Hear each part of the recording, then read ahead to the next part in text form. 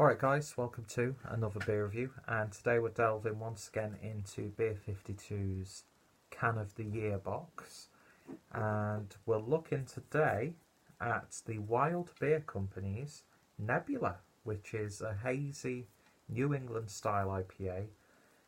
Hazy IPA plus fruit aromas plus drink today. So, drink wildly different. The IPA continues to evolve as it takes over the universe. Nebula is a beer with breakfast juice drinkability, bold aromas, low bitterness, and interstellar even, haziness. Drink it fresh, it'll never taste better than today. And this is coming in at 5% ABV, and the best before date is 15th of the 12th, 2018. And yeah. So this is the first of two beers that came with my Can of the Year box from Beer 52, and I am a fan of Wild Beer Company. I love the sort of initial ethos with foraging and creating these weird and wonderful combinations. I mean, the Millionaire Milk Stout, I think it's the Milk Stout, which I did review, was just absolutely phenomenal for what it was. A low ABV milk stout, and it was like, wow, flavoursome, bold. How did they pull it off? But then, of course, you've got all their soured beers, and then beers brewed with all these weird and wonderful ingredients. And I really do appreciate that sort of brewing. And it'd be interesting to see their take on what is actually quite an oversaturated style. Not that I'm complaining, because I do actually really enjoy a good hazy IPA. So it just says the ingredients are water, barley malt, oats, hops and yeast. Doesn't go into any specifics. So yeah, and it does have German language, so that suggests to me that that's either being transported or imported, no, exported to Germany or other German language companies like Austria. Okay, so that was very clumsy and quite ignorant, considering that I spent a good chunk of my, 4 years. And I tell you what, I can smell it from here, in Germany. So let's see what we get with this. And look at that. It looks a little bit more luminous, it has to be said, on camera, because of the lighting. But that being said, that's bright, that's pale. Lovely sort of a honeydew look to it.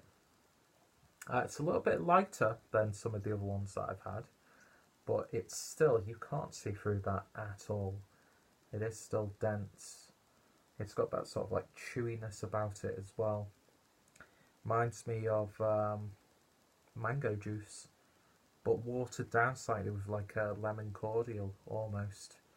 No head to speak of on the pour. But yeah, it's breakfast juice. It's a glass of breakfast juice. I've only just woken up and I'm starting my day with a nice citrusy kick. So let's see what we get on the nose with this one.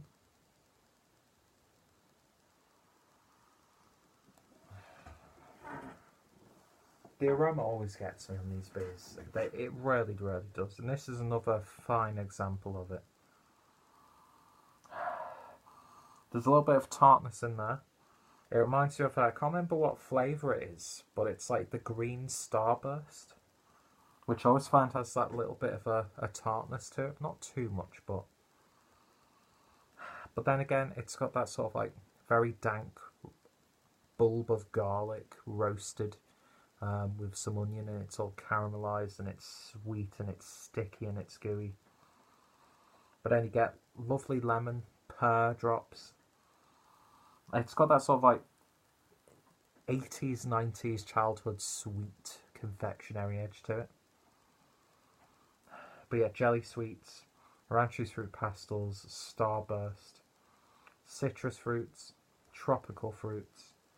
It's tangy, it's zesty, very bright, refreshing smelling. You get a lovely sort of blood orangey, pink grapefruit sort of edge, like you've sprinkled some sugar on there. It's one of those beers, if you're into this style, you've smelt it plenty of times. but it's got that sort of like refined edge to it and a lovely sense of balance. So it's got that impression like it's not over promising, but of course you don't know until you've actually tasted it.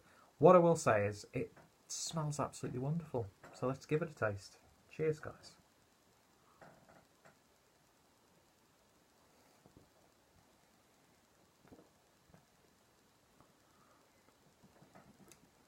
And it's very solid. The body's not really heavy, but you do get that sort of like oatmeal sort of character in there. It's not even really velvety either, but it is still somewhat bold. It's going towards the upper end of medium. I mean, I've had much chewier examples of the style. It's very sherbety. It's gentle in that regard though. Like lemon sherbet almost. Also has that slight tangy sorbet character. But you're getting blood orange, loads of blood orange on this one. Lovely pink grapefruit character as well. It's got that sweetness you get with them. And again, it's almost either like mixing a bit of sugar or sort of like a sweetener into your breakfast juice. Very gentle bitterness on this one. Carbonation nice and prickly. It dissipates quite quickly on the palate, leaving this lovely gentle bitterness. It's one of those examples that it's not spectacular, but it's a fine effort indeed, and one where if you were to, you know, you're just having a few casual drinks, it's going to go down. So it's got a lovely burp as well, actually. But yeah, I've had fruitier, I've had bolder, I've had juicier, I've had chewier, I've had that more sort of almost like slightly watered down smoothie mouthfeel. But I've had much less, what am I trying to say there? It's not refined. If it was a bit bolder, with a bit more body, then it would probably help it a little bit. But I've had much less uninspired, like quick cash-ins of the style, if that makes sense. And I think they've done a really good job.